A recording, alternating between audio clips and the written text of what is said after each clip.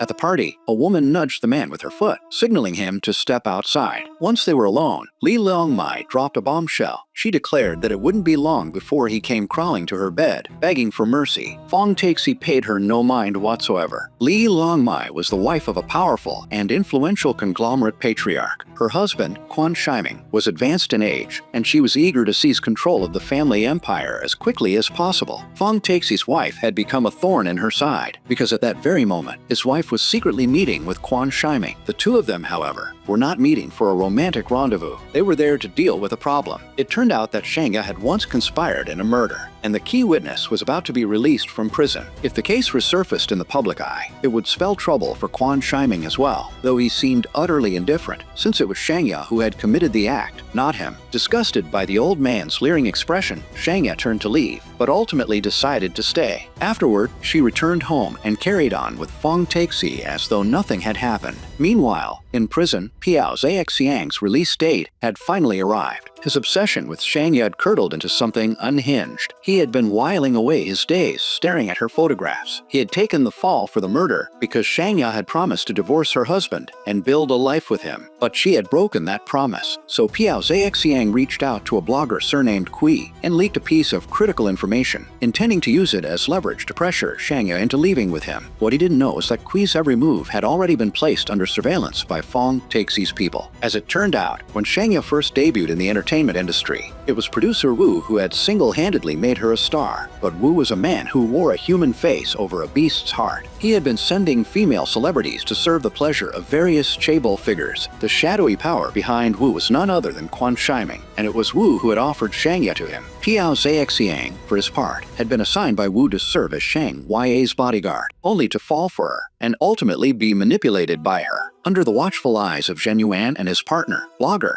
Kui arrived to meet Lee Leong-mai. It became clear that all the content Kui had been broadcasting was done at Lee Leong-mai's direction. Her secretary even produced a bag of cash as payment for his services. What Lee Leong-mai didn't realize was that their meeting was being quietly observed by Zhen Yuan, and another operative had slipped a listening device into Kui's car. After Kui drove away, Zhen Yuan reported the meeting back to Fong Taixi, who was at that moment clearing out his desk to submit his resignation. His decision to go public in exposing the female had enraged his superiors, and internal discussions were already underway about how to discipline him. He walked straight into the room where they were deliberating and handed over his resignation letter. Fong Taixi had come fully prepared. In front of reporters, he announced that he had been forced out of his position for exposing corruption within the organization. Effective immediately, he was leaving the establishment and would be launching a campaign to run for a seat in the National Assembly. At the same time, upon his release from prison, Piao Zhexiang's first call was to Shangya, unaware that Fong Taixi was listening in on the entire conversation. Piao Zhexiang asked to meet her in person, but Shangya refused, claiming she was too busy. Furious, he threatened to expose her sham marriage and play the incriminating recordings stored on a USB drive. Hearing Shangya backed into a corner, Fong Taixi couldn't bring himself to stand by, though, admittedly, his reasons weren't entirely selfless. He was still genuinely in love with her. Zhen Yuan tracked the pair's location and relayed it to Fong Taixi. Piao Zhexiang had given up all hope. If he couldn't have Shangya, he would destroy her. He produced the recorded evidence. Blogger Kui hadn't expected the contents to be so explosive, but at that moment, Fong Taixi appeared and beat them both soundly. Zhen Yuan seized the evidence under the cover of the chaos. Still not satisfied, Fong Taixi dragged Piao Zhexiang into a bathroom stall and warned him that if he breathed another word, he would use his authority as a prosecutor to send him back to prison. Fong Taixi thought that confiscating all the evidence and intimidating Piao Zhexiang would be enough to keep the murder case buried. But then Zhen Yuan pulled out the hard drive and heard the second half of the recording. Mastermind behind the murder was indeed Shangya,